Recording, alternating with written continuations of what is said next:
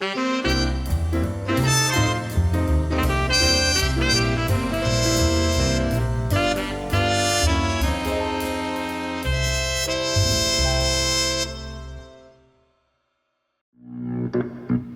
how is the campaign going? I see you're well ahead. Why are we 10-something points down with a month to go?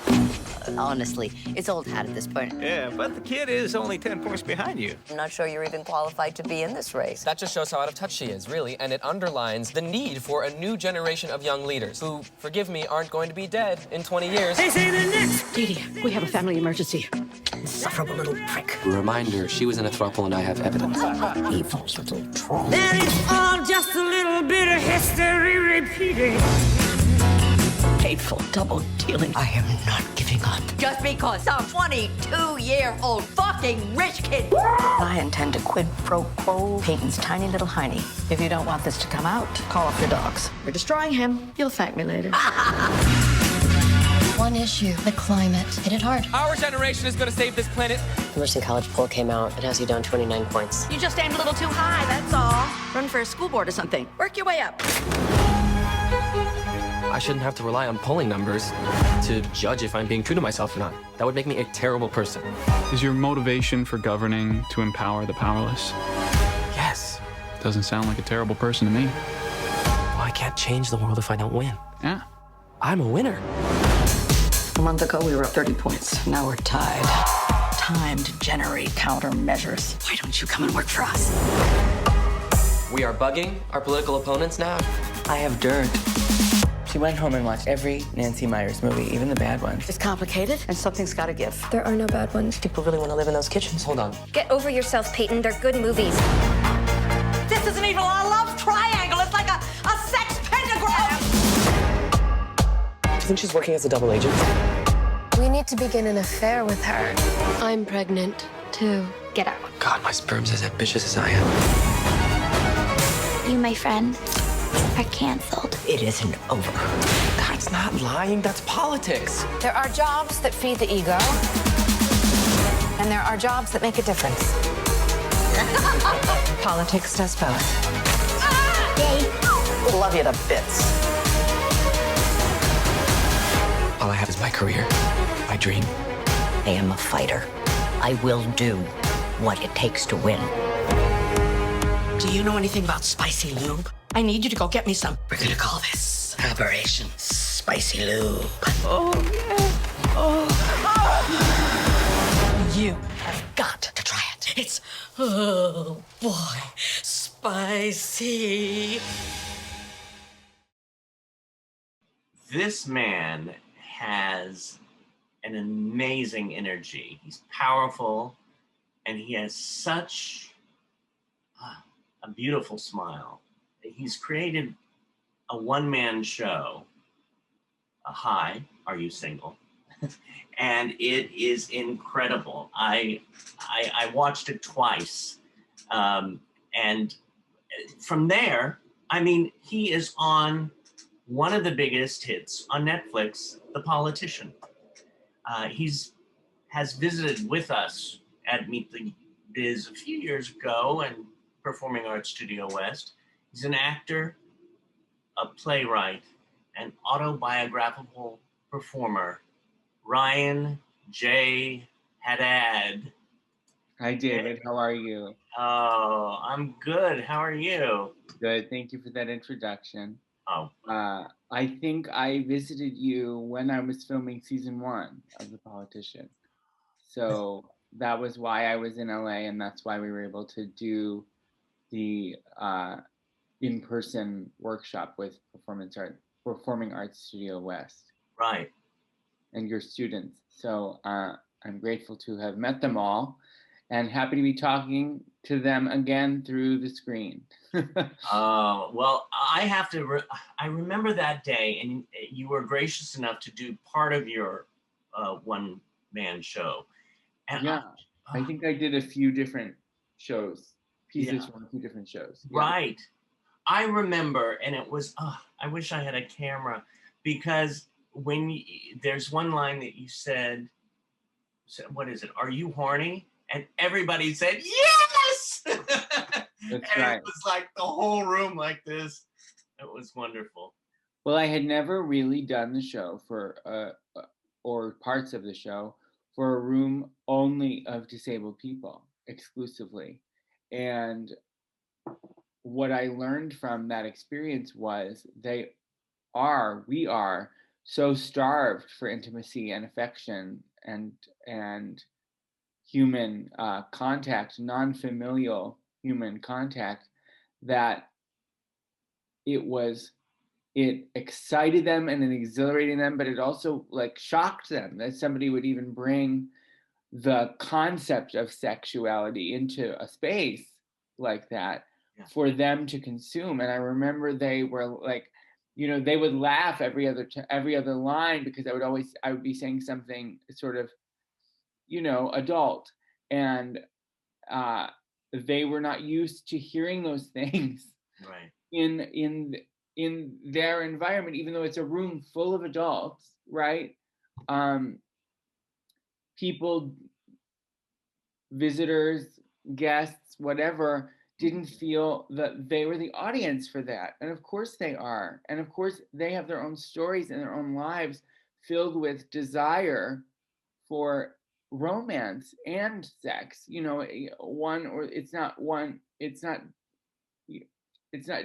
can be one or the other or both. I'm doing a lot of hand gestures. No, I do it too. What I'm But saying it was a really interesting, and I remember having to sort of pause and say, now this whole speech is going to be filled with this content. So, not every line is a punchline. It's okay to just, you don't have to laugh every time I say a bit of sexual language. But they were, I think, really open and appreciative to the content, because it wasn't something that whether at home or at your academy or whatever it is, they weren't exposed to that before. And that is part of the reason I do the show, is because we take disabled people out completely of the conversation around sex and desire and intimacy and love, really romantic love. Yeah. What you do is so brilliant, because you are someone who puts it all out there, so-called balls to the wall. I mean, you don't hold back, and it's so refreshing. I mean, some of the people that I admire most are like that. I know Bruce Valanche speaks his mind, and it's like, oh, I love being around Bruce. And when you got up there, and when I saw your complete show the other night, I was like going, whoa. I mean, there's no filter in a way. It's like what you're feeling, and it's so refreshing and so wonderful. And I think when you did come to the studio, it did break through, I don't know if I want to say a glass ceiling, but it broke through barriers for a lot of the people watching it. I mean, they had been exposed to some, but to only a certain level. Right. I'm not, there's nothing about my work that's delicate or precious. So to me, when you say speak your mind, it's just, well, this is it. This is what I've come here to say. And I'm not going to dance around it so that the audience is unsure of what I'm getting at. You need to hear it from me. And have you always been this way? I think that yeah, like I'm a strong-headed, opinionated person, right? And I was from childhood. I think that there's something about taking space on a stage for a period of time that makes me a little more revved up, because it's like, if I'm going to command your attention or demand your attention, then I have to earn it. And I can't earn it by just being polite, and I can't earn it by saying things that I think you want to hear, or that you're used to hearing, or that fit your narrative of what disability is, because that is boring. And what is the difference between me and 20 other people doing that? But I just feel like, no. So it took kind of coming to New York, which I moved here right after college, to really begin to have some experiences that were really strong and good and meaningful. And so I remember getting a note from an artistic director at one of the theaters where we had developed it, which is like, you know, this is a play about sex and disability, and there is no sex. The beginning has the FaceTime encounter, but that's it. You know, there was no other, and everything else was a near miss. But there was no like, and I had this moment with someone. So then we got to.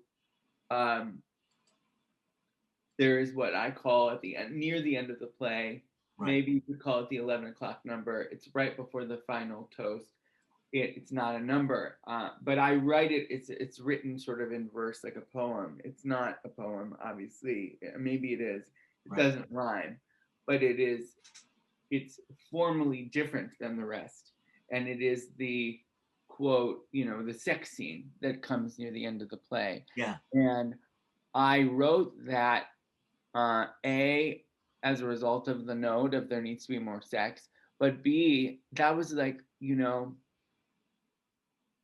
a pretty vivid experience that happened for me. And I think the first time I performed it was 2 months after it happened. Or maybe even drafted it and read it out loud for the first time 1 month after it happened. But like, in order to have a scene, because I'm an autobiographical performer, I needed to have experience. Like, I needed to continue to have more experiences. And it's not like I went out that night soliciting a scene out of the gentleman that it's about. But, you know, you think you're on a first date, you think it's going well, you think that you're vibing and that you have chemistry, and then suddenly it turns. And you go, oh, okay, well, I guess I got a story at least. Well, what's so wonderful too about you is that even when you're not talking, I remember this part in the show where you're sitting on the couch and you're buttoning up your shirt. And I feel all the stuff that you're feeling there. You know, when they say you know, acting is reacting. When you're not speaking, you're so full, which makes this even more special. Thank you. There are very few moments in the play when I'm not speaking. So that is an intentional, you know, and it's a performance. I am acting, especially at this point, having done the play. This is our first full production. It's a digital production. You can stream it on demand, as David has done. But even though I've never had like a full production with a full set and a full design and, you know, lots of rehearsal, I've toured it around the country in various places.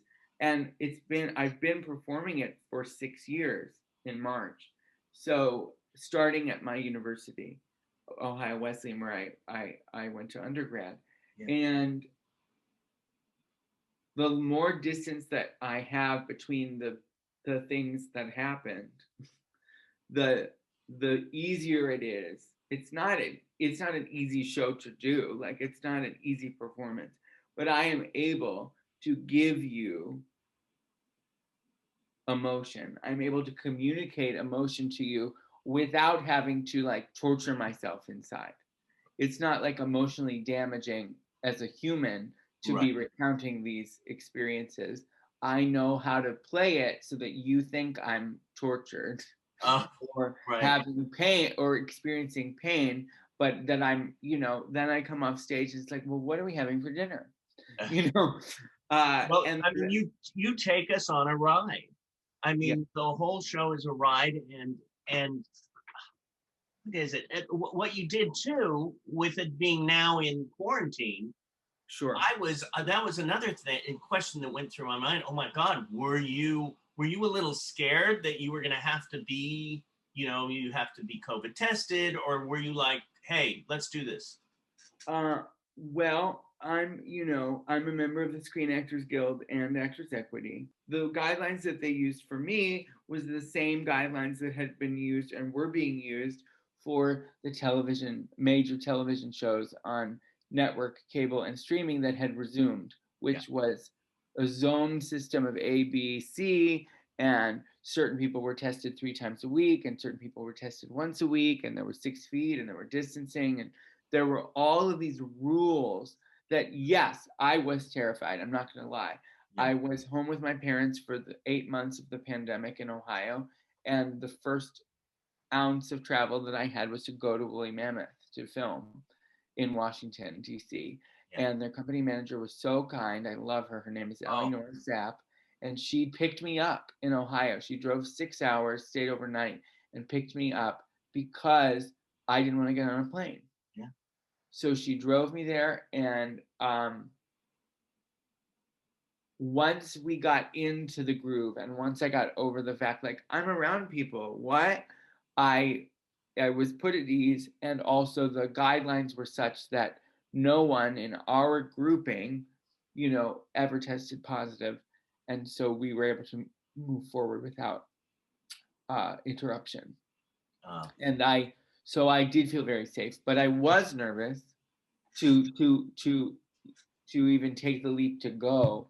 Became less nervous when it was clear that live theater was not going to happen, and that instead it was going to be a filmed performance. And you know what I loved about that is you incorporated it so well that it brought us into this time, and how we're all distanced. Not all of us, but there's so many of us who can't go on dates, who can't do that intimacy. And I'm not going to say everything that goes on in the show, but there were moments like that. There's a middle part where it's improvised, and it's like, it just, again, it took you on another ride. I'm like getting my hairs are standing up, but it was such a wonderful show. I mean, I had heard about it before from you when you, of course, sure. But and to see you, and going back to that part where you're not, jabbing yourself every night emotionally, but you, through that journey, you take us to a sad place, and then you turn the corner to make us laugh about something. Oh yeah, that's what I do in almost everything I write, because I think it's very powerful to take you usually to the funny place first, and then the dark place, and keep bouncing you back and forth so that you don't so that it's not expected. I write autobiography, so I don't necessarily write for plot. Mm-hmm. It's not like this is a suspense thriller or anything like that, but the way I surprise you is through the turns that I take, so that your reactions are unexpected. And your viewpoint of your own life, how you see the funny out of the sad. Right. No, I mean, yes, sure, sometimes. Not every time. There's just a level of, it's a control of the story by choosing what goes where, but sometimes the sad is just sad, and sometimes the funny is just funny. Yes. And to conflate the two, is slightly like, I'm not going to make everything that is sad, funny, just to make you all more comfortable. Right? Yeah. Sometimes you just have to sit in it and feel those feelings. Now, what would you say? I mean, we have writers and performers at Performing Arts Studio West and Meet the Biz. How? Let's say somebody said, "I want to write a show. What should I do it? Why? What should I do? Should I do what you do?" Some people think, "Oh, I have to do this or that." What was your suggestion, or what would your suggestion be to somebody who wants to write their own show? Well, the first thing is, like, what is the story? Like, it's not just, I want to write my own show about my life, period. You have to narrow the scope of your life and find themes and a structure that feels compelling to watch and to perform. It can't just be this is the day I was born, and then today is February 5th, 2021. Like, you can't do that. You can't go through your entire life in an hour or 90 minutes and have it feel like a meaningful piece of art. And so you've got to carve out, okay, this is the show in which I'm going to talk about these 2 or 3 things that are interconnected, and I'm going to, craft it in such a way that this is how the audience is supposed to feel and when and why. And you've got to really marinate on the why are you telling this set of stories. And not just like, I want to make a show in which I perform. Because if you do that and you haven't crystallized a point of view or a reason that the audience is supposed to care, then it feels just like vanity. And it feels indulgent instead of feeling like you are giving something. Yeah. Your most that's number 1. And number 2 is absolutely one cannot begin with an hour-long or 90-minute show, especially if you've never done it. So you have to take, and if you look at Hire You Single as a script, there are a dozen stories, 15 stories, 20 stories. I haven't counted recently, but they're all just individual stories that could, in theory, be told on their own. Yeah. So, and then they are arranged and strung together and gelled in such a way that it doesn't feel like, oh, this one blends into the next and the next and the next, but they're really just one. It's really just one story at a time. And that is how I would begin the process. One story to remember, one memory to recount, or 2 memories that you blend together for some reason, but start with a 3-minute chunk or a 5-minute chunk, and then transcribe it, audio transcribe it, and then and type it out then, and then look at it and say, well, this I can cut, and this I don't need, and this paragraph can go first, and then this one third. And you can't do that with 50 pages or 40 pages or 60 pages. You've got to do one story at a time, because it becomes too massive if you're trying to do sweeps and edits of the whole thing at once. And then once you have 5 or 6, you can say, well, oh, I think these will go together nicely, and maybe this is the order that I'm going to tell them in. And then you go, what is missing? Like, what are the gaps in the story that still need to be filled in? Yeah. And then you find additional material based on the needs of what you have available to you already. What do you remember the first piece of art or first story that you wrote? And how old were you? Oh, gosh.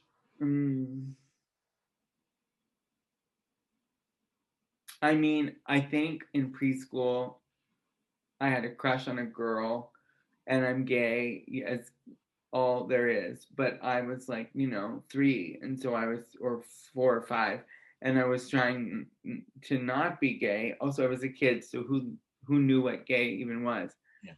And there was a girl I had a crush on, and so I remember like making with crayons, like making a little book, like a picture book, and it was called Chelsea's Day, and Chelsea was the girl. I couldn't identify Chelsea in a lineup if you tried to make me, but I remember that was like probably the first story.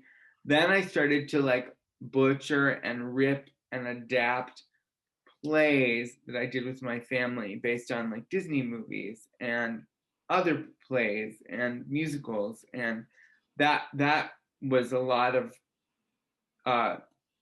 that was part of how I was like writing for theater, but I wasn't at all. But I was learning. It was messy and not good, but I was a kid and I was infatuated with theater and performance. So, and I knew I needed to make, if I wanted to use my family, they needed to have a script to read. So even before I knew how to read, I was trying to make something up. And I'm also thinking of, like, I think in second grade, I did a report on my grandfather who had died, and it was about him serving in World War II. And those were the earliest stories. Then there was, in fifth grade, we did something called When I'm 64, which is a Beatles song, but we had to make a story about what it was going to be 64. And I think I was 11 at the time. So that was what, that was a story. Those are all like young person stories. The first piece of performative storytelling that I did was in a workshop with Tim Miller, who is based in Los Angeles. The wonderful performance artist, Tim Miller, who has been a mentor of mine and continues to be. And he was doing a workshop at my college. And so the story I told was about how the professors at the college were not making the space in their program to accommodate a disabled person, even though I was on a theater scholarship and they recruited me and they were excited to have me there. Only 1 out of 4 professors really knew what to do with me when it came to being on stage. They knew what to do with me off stage, but that's not where I wanted to be. So I made this short piece for Tim's workshop about that, basically calling the professors out and what it is to be a performer and what it is to be a performer who needs to perform with the walker. Right. And he said that was great and that he adored my work and wanted me to continue to pursue solo performance. And that the next time I did a workshop with him, which would end up being that same summer, that was February, and then he invited me to New York for a workshop in the summer. But he said, next time you got to do it not just about being an actor who's disabled, it's got to be about being a gay man who's disabled, and kind of think about what are those implications. Yeah. So I think the first story that is in Hire You Single came out of his workshop at the New Museum in New York. It wasn't what I performed at the end of that workshop week, but it was just an exercise that I did in the middle of the week that everyone only saw one time. And it was when I'm talking to a guy and he says, and I tell him I have cerebral palsy, and he says, I can't be cool with that. We call it the Dylan story. He's one of the only people that I name. I don't know what his last name is, and I've never heard from him or seen him again. So I don't feel any guilt about using his first name. But that was, I think, and I've misremembered it because people have asked me recently as part of this press tour, and I always thought the first story was performed in my theories of performance class in junior year, which would have been, 9 months later, was the football player story. But I think I'm remembering now for the first time in years that the first real story, I did it in a circle, and it was the I Can't Be Cool With That story. It's, there's so many good parts on this, on your show. I mean, even you have that other character in my own mind of your drink. I mean, that to me, that's like another. Oh, here's the margarita. Yes. I mean, the margarita changes the locations. Like that's what, when I take a sip, everything changes. Right. So. But it felt like, in a way, it had a personality to it too, which I loved. I mean, you have done so much. I mean, you performed in The Maids. You had My Straighties on television, Bull, Madam Secretary, and of course, now in Ryan Murphy's The Politician. Yeah. Which I last week I had a Ryan Haddad week because I watched the whole second season, and whenever you came on, I went, I mean, you have such a presence. I mean, it's everybody on that show is like so, their characters are so defined and so powerful. What was it like? I mean, how did you get in the door to The Politician? And this is absolutely a lesson for anyone in the entertainment industry that's looking for inclusivity, right? I got in the door because the breakdown said seeking actors with cerebral palsy to play high school. The character was written to have cerebral palsy. Simple. That's it.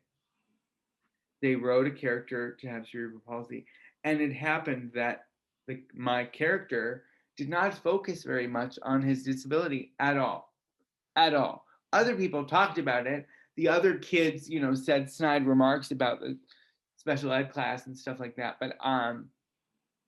But it was not the center of Andrew's universe at all that he had cerebral palsy. And I only say the words cerebral palsy once in 2 seasons. And that's when I'm smoking the joint. Is that a joint? It helps with my seizures. Oh, yes, right. I heard that. You dumbass, I don't get seizures. I have cerebral palsy, and I like getting high.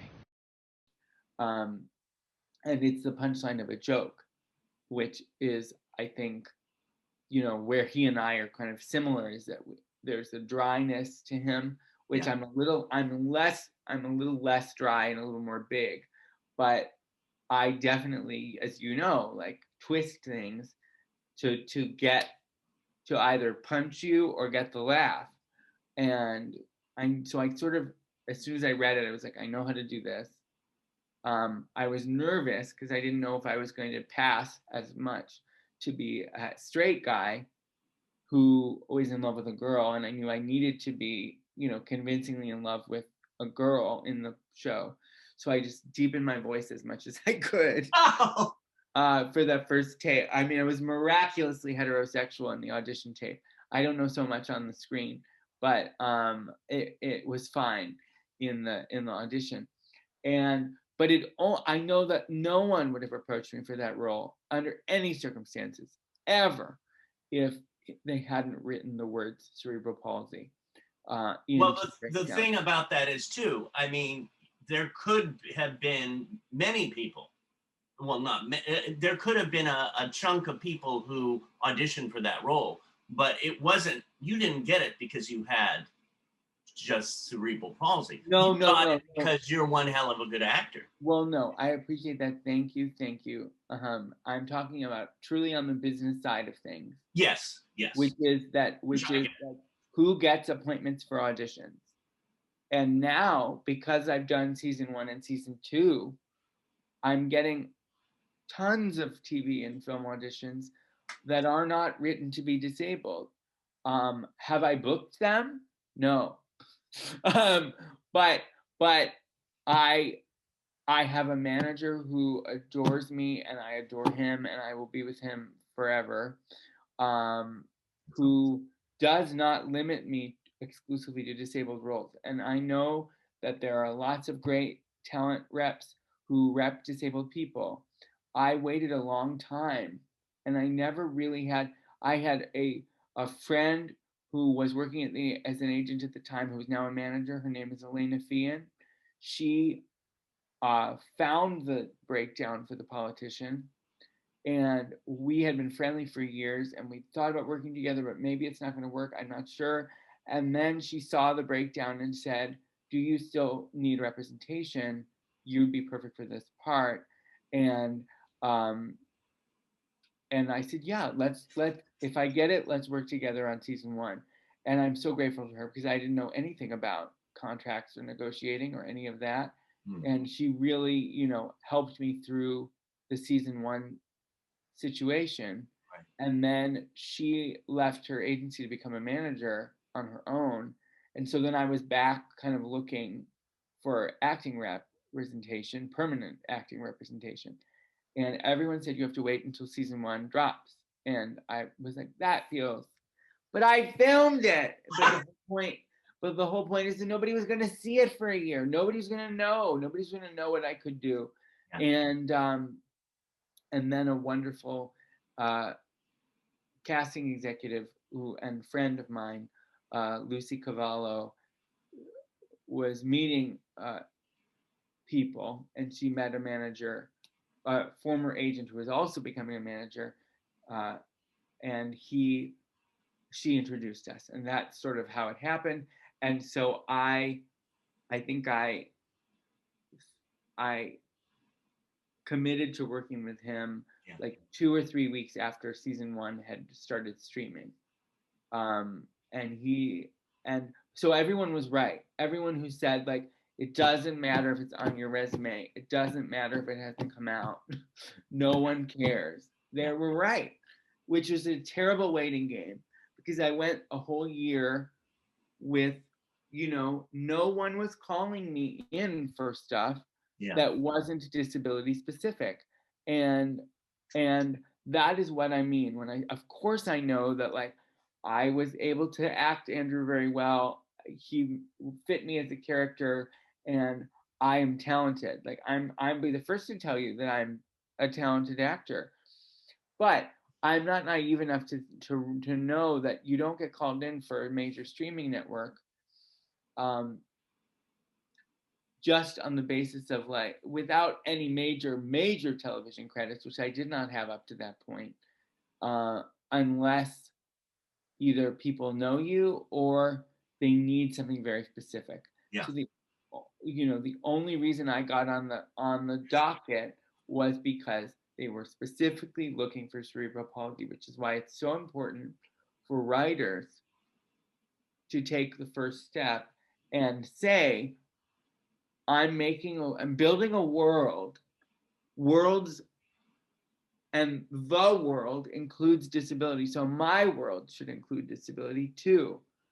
And the other thing I'll say, I don't know how much, like, people will love to hear me say this. People don't get auditions all the time. You if you're lucky enough to audition, how amazing. Not a lot of disabled actors are handed out auditions regularly and are taping all the time. So I understand. Fortunate. Especially fortunate now to have a manager who sees me for who I am, and as a whole entity, including a writer performer, including an actor, various other things, and is not willing to pigeonhole me in the slightest way. Of course, if the perfect role that's disabled comes up, he's going to submit me for it, but he's also going to submit me for 10 other roles a month. And maybe I'll get 3 or 4 of those auditions, or 5 of those auditions, or something. Yeah. I don't really have 5 auditions a month, but I have a few a month, which is different than 1 every few months, which is what it used to be. And so now we're getting to a point where I've learned casting directors are wonderful. They're extraordinary advocates. And I don't think I knew that arriving in New York just out of undergrad. I saw, perhaps unfairly, or casting directors have evolved a lot in the last 5 or 6 years, possible. But I had seen them as sort of gatekeepers and, like, barriers to the work. Now I'm learning that, like, they are so excited to have me audition for this part that isn't written to be disabled. How fun. And they can't wait to see my tape. And most of the time, they love my tape and they send it on to the producers or the creative team, the director, the writers, what have you. And then it stops there. And I rarely get a call back for those roles that aren't written to be disabled, because I think it takes a lot for the people who've written the scripts, or who are directing it and have a vision in their mind of what they think it's going to be. It takes so much for them to say, oh, I'm gonna reconceive the role to be disabled. You don't have to reconceive it. You don't have to reconceive anything. You don't have to change a word. No. You don't have to change a word. Exactly. Yes, the truth is, if I'm an actor, if I'm in a piece, and the character was not written to be disabled, yes, the moment I step on stage or the moment I appear on screen, the character is disabled. There's no, you can't, it doesn't, nobody's stupid. Like, hello, you can see me. I have cerebral palsy and I walk with a walker. Okay, great. But you don't have to change any words. Like, and I can do a hell of a great job. But that is the barrier that I'm finding, because I prior to the pandemic, once I started working with my manager, and then even into the pandemic when taping started to pop up again, it was like, oh wow, I keep getting called in for the same casting directors. They really are fans of my work and they think I'm doing well because they keep asking me to do more. But it doesn't go beyond them yet. And so that is why, another reason I think it's very important, if you have the spark. What brings you the most joy in your life? Oh, wow. I mean, it's so trite to say, but family and friends. Family and friends. I don't think that's trite. I think it's what joy would there be without friendship? And my family, you know, are fiercely, steadfastly supportive of me and my work, have always been. I love them for being my family and, you know, and for loving me, but in many ways, they were my first teachers in theater, even though no one knew anything about it, like no one. But they agreed from the time I was 5 years old until the time I was 13 to do plays with me in the living room, in the backyard, and the stage of the community center. So I wouldn't be who I am if I didn't have a family who put on weird costumes and went out in the backyard and did plays that were not any good, but were bonding, deep, rooted family memories that none of us have forgotten and that mean something to all of them. It wasn't just about like, wasn't that nice for the kid? No, when you do something 10 times in 7 or 8 years, there's no way that it's not also going to impact their lives. But so they were my first teachers, really. And my family and friends, because guess what, the industry has been shut down for a year. Theater has been fully shut down, and film and TV are just creeping back in. So I can't say that it's my art or performing, because I went almost a year without any of that. And who was there but, you know, family and friends to bring joy? And whether I was home in Ohio quarantining with my mom and dad, or it was my best friends who were states away, also traveled and dispersed because of the pandemic, you are nothing without those people. And if you come off stage at the end of a night and, you know, no one you love is there to greet you, then, you know, what's it for? Yeah. And I am, you know, I'm single. I'm continuing to seek romance. And the theme of Ryan seeking romance, I promise you, it continues through at least 3 more of my plays that have already been written. But you realize, especially now in this time, when, like, if you entered COVID without a lover, then you lean on others near and far. And, you know, they're the reasons that we survive, emotionally survive. You know, no one can help you can help by masking and social distancing and being safe and cautious, but no one can predict how or when the virus is going to hit and who they're going to hit, who it's going to hit. But in order to sort of make it through to the other side, you need companionship. And I'm learning that, like, yes, I want a boyfriend. That is not, as I say at the end of the play, that has not changed.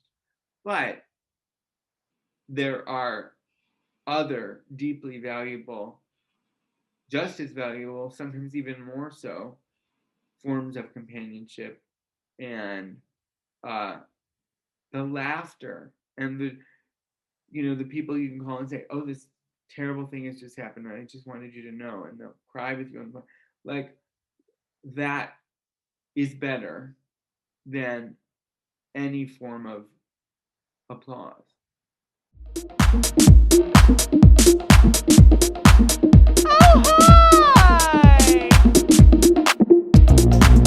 You look absolutely terrific. I'm sorry for throwing you all in the deep end like that, darlings, but everybody knows the best way to find a boyfriend is masturbating on your phone with someone you met on Grindr. Hi. Are you single? So how can everybody go and watch this performance of yours, this incredible performance? It is streaming through February 28th through Woolly Mammoth Theater Company in Washington, D.C., and I Am a Theater Company in Los Angeles. And you can go to, I think both websites have access, but I've been told to spell out Woolly Mammoth, and that is WOOLLY mammoth.net. That's WOOLLY mammoth.net. And you buy your ticket, or rather activation link to the stream, and then you can watch it at any time. You don't have to buy it you don't have to watch it when you buy the ticket. Your rental doesn't begin when you buy the ticket. Your rental begins when you click watch now or play now or whatever the interface says. I'm the writer, so I have not paid for my own ticket to my own show.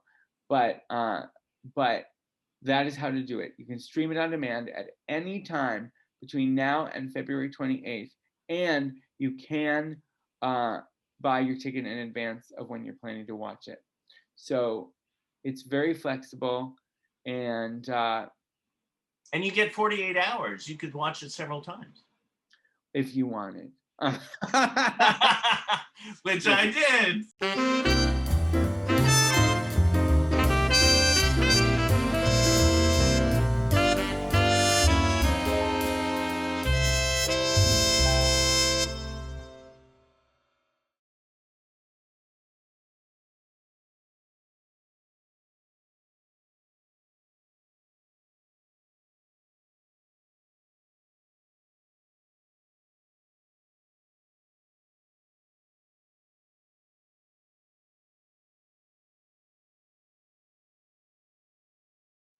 Thanks, David, and thanks to everyone at Performing Arts Studio West. Please say hi to Diane and all the students, and give them my love, okay?